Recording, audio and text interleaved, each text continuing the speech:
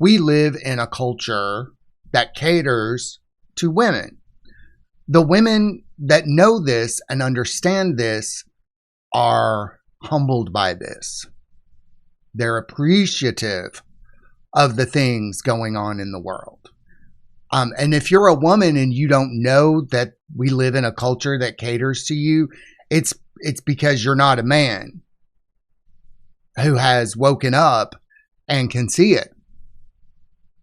Everything is about the woman, how the women feel. You know, I used to work in marketing, and if you want to appeal to men, men are very simple, very, very simple. And if you want to appeal to men, just put some boobs on something, put a pretty girl on it. But you can't do that anymore because that's objectifying women. Men don't objectify women. They find them attractive. You see how all this shit has gotten screwed up? Well, congratulations. Most men are dead inside. They're dead inside. And I see them on a daily basis. And I try to do something about it. You get spanked for trying to help men in this culture. You don't get supported by the culture that caters to women. But see, if the culture turns to supporting men support women. It's self-destructive. It's self-destructive. This culture that caters to women is extremely self-destructive to women. So today we're going to talk about how men are mostly dead inside. And I'm not going to tell you what to do about it. I'm not going to teach you anything. I'm just going to make you aware of it. If you don't already know, my name is Patrick. I am a shaman. Welcome to this episode of the Shaman Patrick Show. Let's go. He was once a storm in human form, sharp tongue, cold soul, heart worn and torn, living like a ghost who missed his grave till the spirit sang out and called him brave. He got rewired by the great unknown, heard the call like a dial tone to the bone. So pull up a chair, enjoy the glow.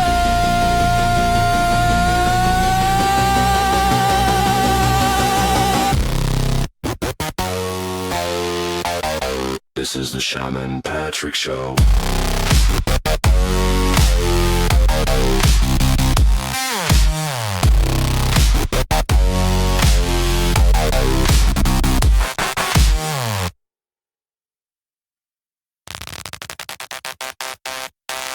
After the gym, I go to Starbucks, partly because I like the Sumatra that they serve during Christmas.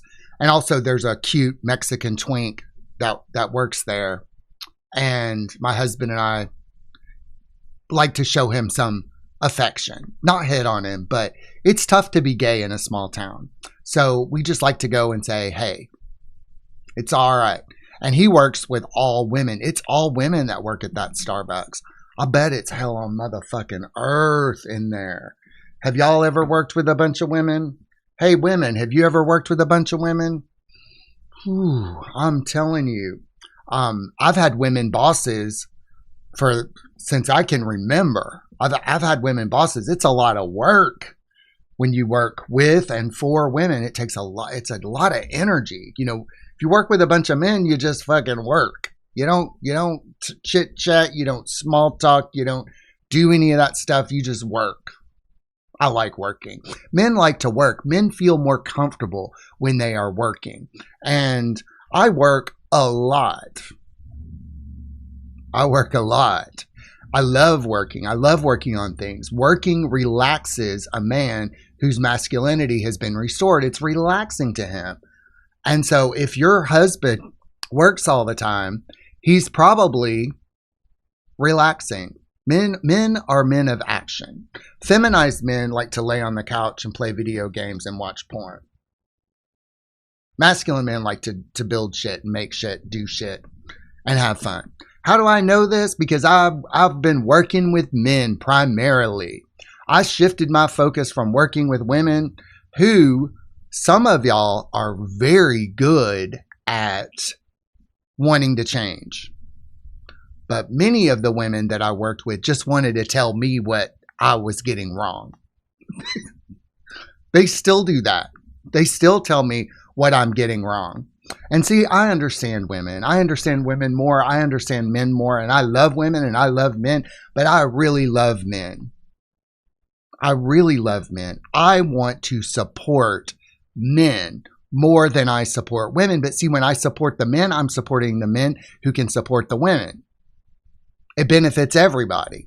It benefits everybody. But see, most men are dead inside, and I see them. I see them because they do things that drain them. They watch the news. They watch sports. They're ogling the girls at the gym. They're trying to find a girlfriend. They're trying to find somebody to have sex with. They're on Tinder. They're doing all these things that drain them. They're smoking weed. They're drinking. They're watching YouTube. They're playing video games. Hey, if you're a man and you're watching this, try taking a break for 2 weeks of watching anything that captures your attention, because when your attention is captured, that's draining you. That's draining you. How do I know this? Because I started working on music and art again, and I didn't really have time to paw through YouTube looking for shit. And I started feeling edgy and like, ooh, what's going on with me? Energy. I felt energy. I wasn't being drained anymore. See, I stumble upon this shit. Well, I've got spirits and spirit guides and stuff like that. So when I go into the Starbucks, they say, welcome in now. And I'm like, what does that mean? What does welcome in mean? What does that even mean? They're just making shit up now? And so my husband wanted me to pick up a prescription of his from Walgreens. And so I was going to do it. And I went in, and when I went into the Walgreens, there's this effeminate man he's at the desk or the counter or whatever. And I walk in and he says, welcome in. I'm like, what does that mean? I asked him, why do you say that? They're saying it at Starbucks. What's going on? Why are y'all saying welcome in? Why are y'all saying welcome in all of a sudden? What does that mean? And he said, I don't know. I'm like, does anybody know what welcome in means? People looked at me. Sometimes people look at me like I'm crazy, but sometimes people look at me like, yeah, Shaman Patrick, let's go. Let's call this out. But I don't know what it means. Nobody. It's just something we say now. It's something that came down from corporate. Hey, well, we're not gonna say welcome to Walgreens anymore because that's where you are. We're just gonna say welcome in. We're not gonna say welcome to Starbucks anymore. We're just gonna say welcome in. So I looked it up. And I'm like, what does this shit even mean? What does welcome in mean? And it says, welcome in is a common hospitable greeting used in the U.S., especially in the South and Midwest, to invite someone into a space, home, store, meeting, essentially meaning, come inside, you are welcome here, adding a directional, inclusive touch to the standard welcome and making people feel immediately invited to enter and be comfortable. Well, I didn't feel invited in and comfortable. I felt confused. And I've lived in the South and I've lived in the Midwest.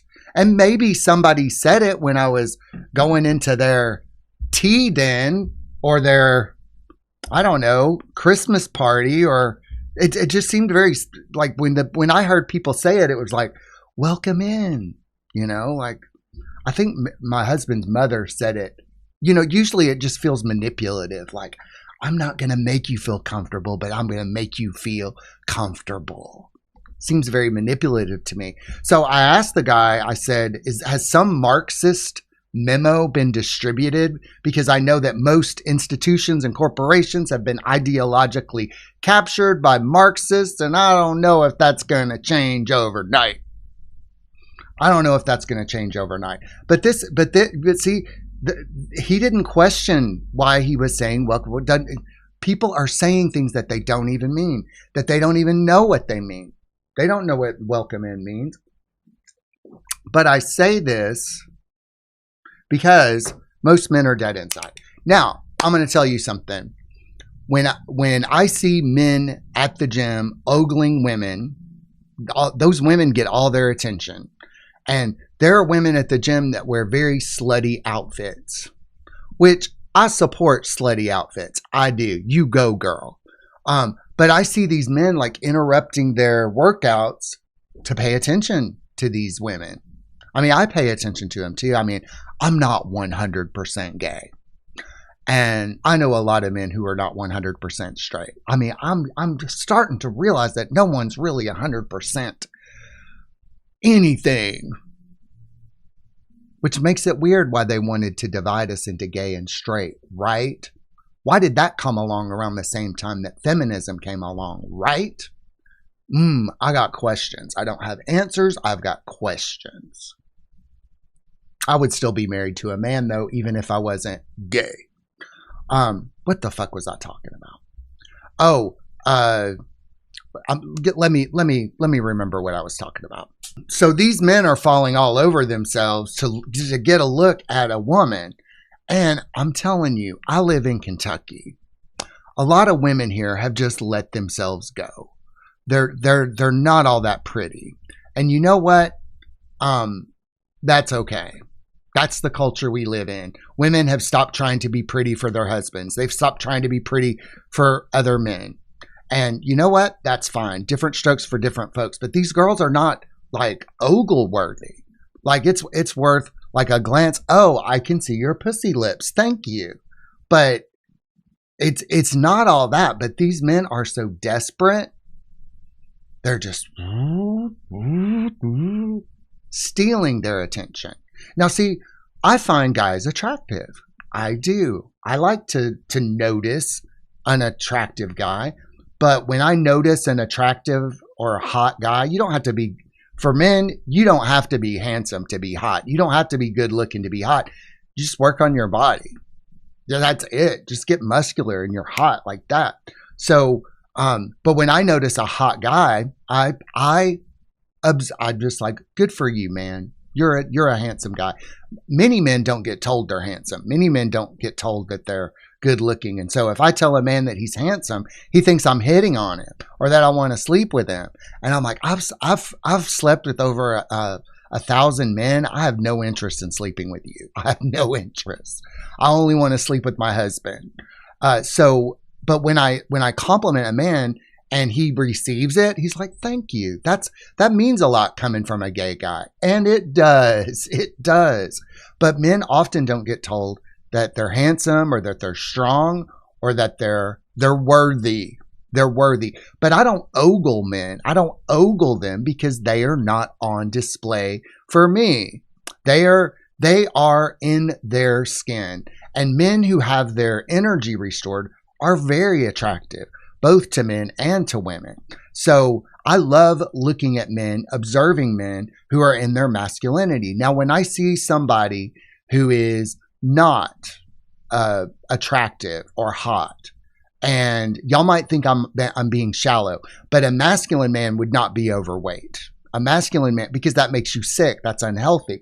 So what I do is I project health. I project energy. I'm like, you could do it. When I'm at the gym and I see many overweight men and women on the treadmill every fucking day, working it out, getting it out of them, deciding they don't want to be fat anymore. I don't want to be fat anymore. I'm going to get this out. Then I see the ones who just take Ozempic and do the shot. They end up looking like deflated balloons or basketballs that have lost air. And I'm like, why would you do that? You have the opportunity to teach yourself something through discipline, respect, and self-love and earn it the hard way. And you chose the easy way. But it's going to turn out that it's not so easy, because if you lose weight that way, you didn't learn shit.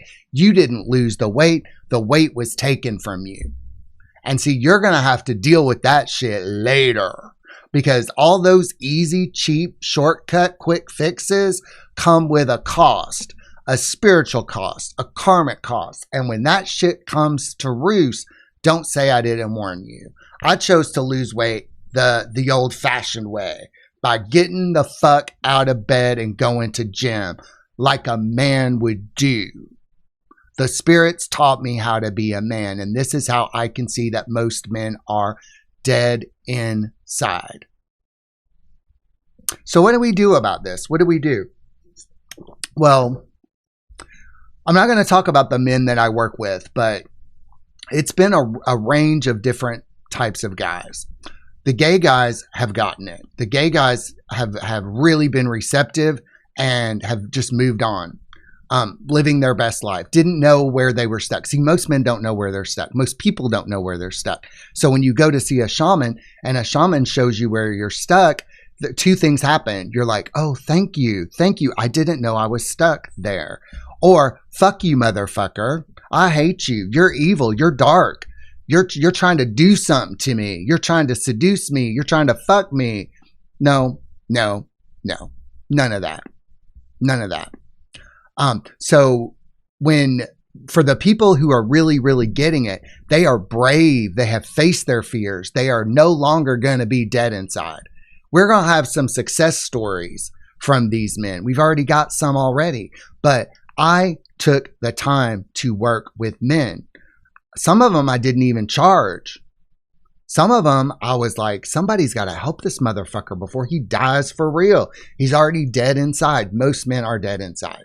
So with that said, I have made a music video called Energy, and it is from our Touch EP. In the last episode, I played a video from Touch, and it was very sexual. This one's sexual too, but this is more about how a man restores his energy through eroticism. When a man's erotic energy comes up here, he's no longer compulsive. He's no longer reachy. He's no longer violent. He's no longer like God.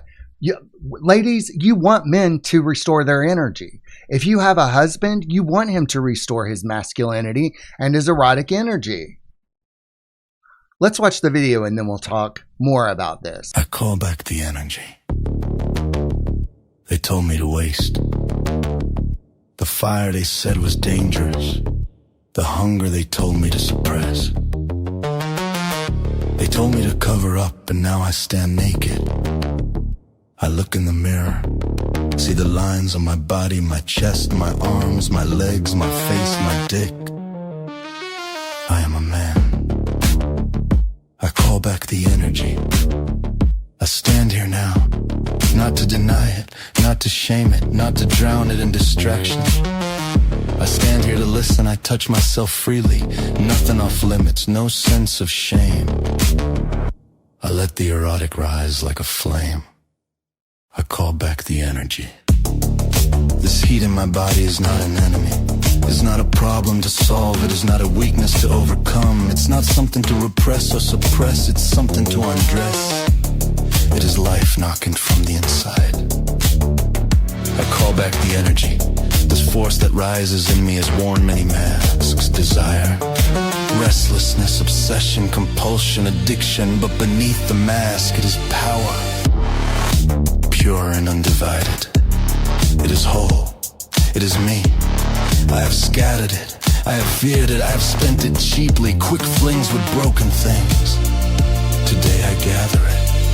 I call back the energy. I call back the energy. I call back the energy.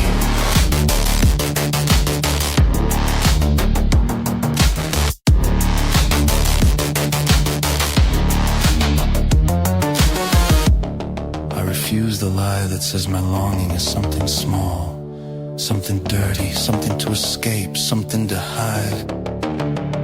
I call back the energy. I refuse the lie that tells me to numb myself, to drain myself, to turn this fire into noise, to chase others, to chase orgasm, to chase love. I can love myself. I can be with myself. I can turn myself on. I am turning myself on. I call back the energy. I turn inward, feel my skin, run my hands over my body. I let the current move through thought, through breath, through will, through desire. Yes, the desire. I call back the energy. You can call it back too. Touch yourself with me. Let's call back the energy. We allow this this energy to become clarity, to become creativity, to become truth. What once pulled us outward now draws us deeper. What once demanded release now asks for awareness. We do not conquer this force, we do not cage it, we walk with it. We let desire teach us and show us. Where are we split? Where are we asleep? Where are we afraid to feel? Are you with me? I call back the energy. I let it show me what wants to be born. This energy is not here to own me.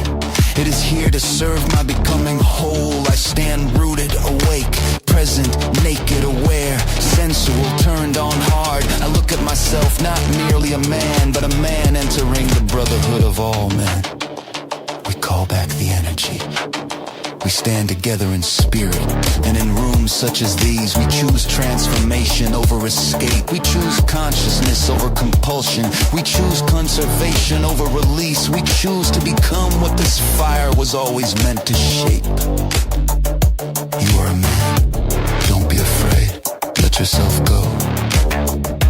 Listen to my voice. This energy is yours to own. Call it back. Touch. Feel. It's time to let go. Do it. Release. Let go. Do it. We call back the energy. Come with me. Do it. Let go. Come on. Let go. Let the boy die. Become a man. With me.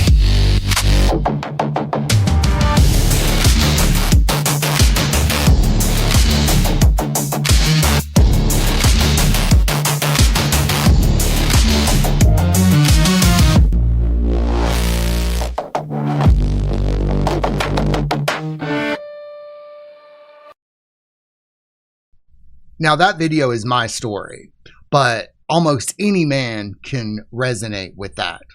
Almost any man. I've had men report to me that they watched that video and cried.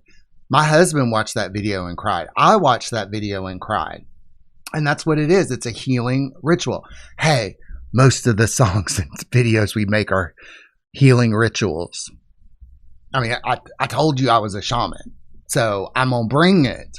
But I'm also going to show you. I'm not going to tell you. I told that story.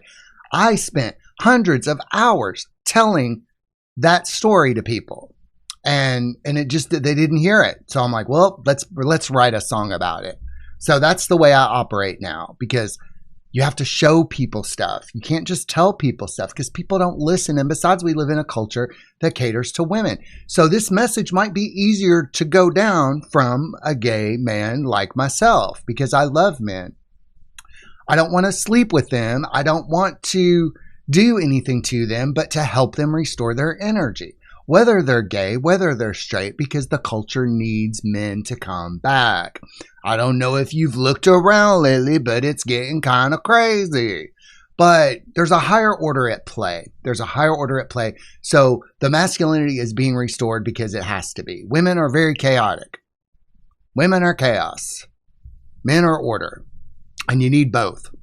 But we veered a little bit more towards the chaos, and if we don't integrate it, we're going to end up with a dictator. And I don't think we want to live under a dictator. I don't think we want to live under communism. I don't think we want to live under this. And I think the most disturbing thing I realized 2 years ago was why social workers exist. Do you know why social workers exist? To promote socialism. Did you know that? To promote socialism. There's been an agenda to remove masculine, strong men from the equation so this country can be taken over. This culture can be taken over. And they're using women to do it. Hey, women, you're getting used for nefarious purposes. Do you know that? Why doesn't that make you mad? When I realized as a gay man that I was being used for political purposes, it kind of pissed me off. I was like, I'm being used by political forces and ideologies. No, you can't own my sexuality. You can't own me. You can't convince me to call myself queer. You can't convince me to say, welcome in. You can't convince me to say things that I don't mean anymore, to be polite, so I don't offend people. Hey, people choose to be offended.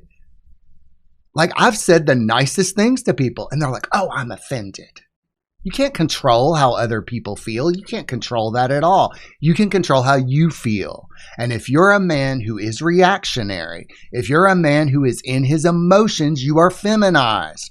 You are feminized. Now, I understand women, and I know when women are in their emotions. And I also know when women manipulate people with their emotions. Those tears.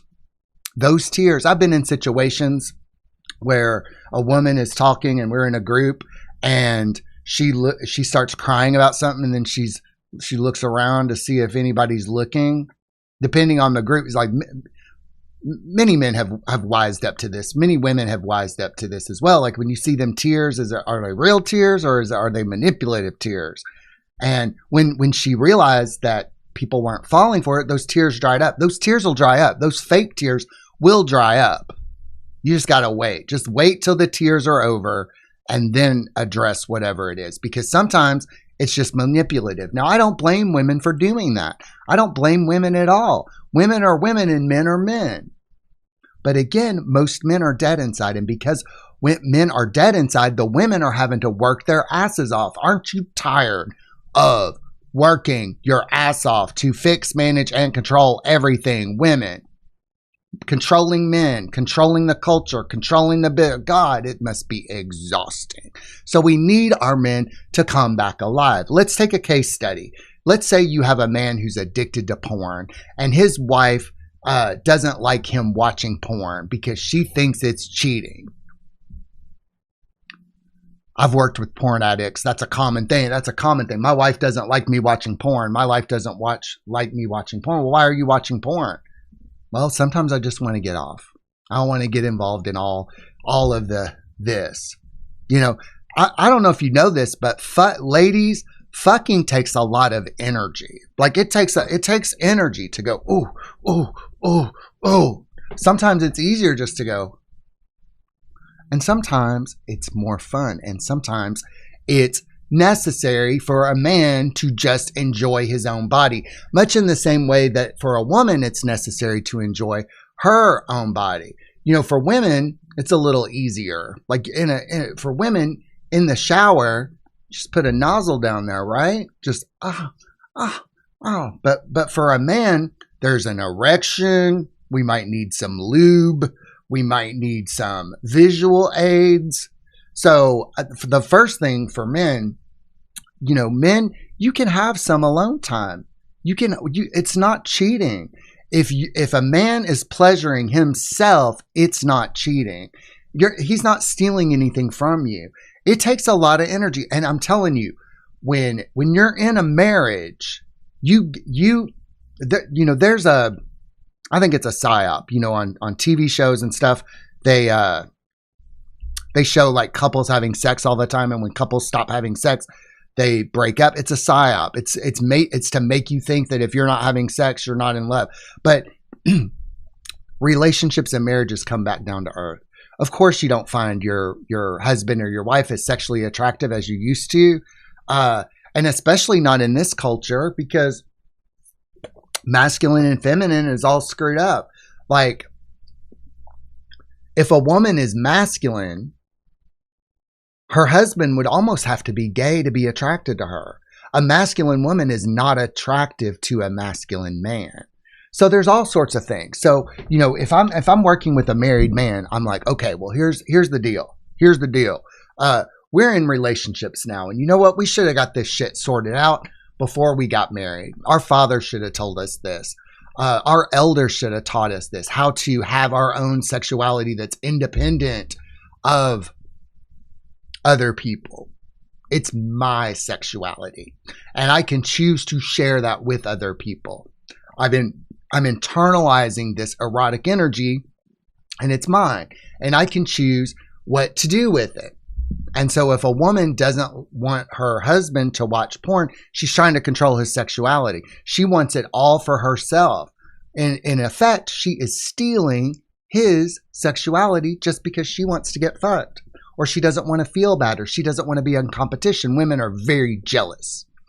Women are jealous, jealous, jealous. And you know what? Women have to be jealous. They have to. Their survival depends on it. But a conscious woman will not be jealous. Like when my husband wants to masturbate, I'm like, you go do you. You go do you, honey. You take time, and you don't do this with shame. You don't do this with regret. I want you to do you. Can I get you the lube? You see? Because for gay men, sometimes we just want to enjoy our own bodies. And it doesn't mean that I don't love my husband. It doesn't mean that he doesn't love me. But you need some alone time. And on the next episode of the Shaman Patrick Show, we're going to get into that.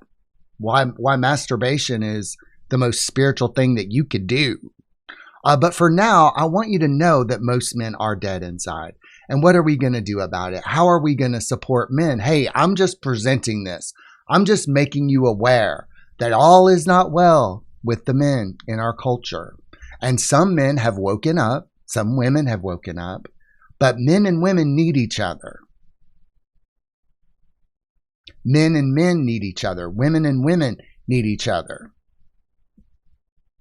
And I'm not doing anything about it. I can't do anything about it. But for those few people that I'm helping, remember this. We are the ancestors of future generations. We are the ancestors. You know, many people will not remember our names. But if we do this work in this lifetime that most people are too chicken shit and pussyfied to do, it will reverberate throughout time. It will reverberate down through the generations. So if we get the fuck over ourselves and just do what needs to be done, y'all see spirits in here sometimes? I do. Did y'all see that on the camera? But if you do what you need to do, if you knew what was on the other side of this, I mean, I used to be a weak pussy man. I'm not that way anymore, but getting there.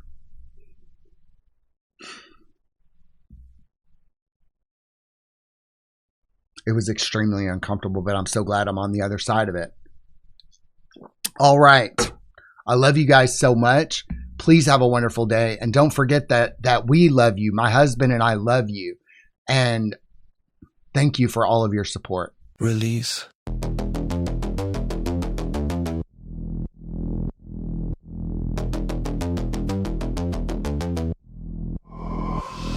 Let go. Release.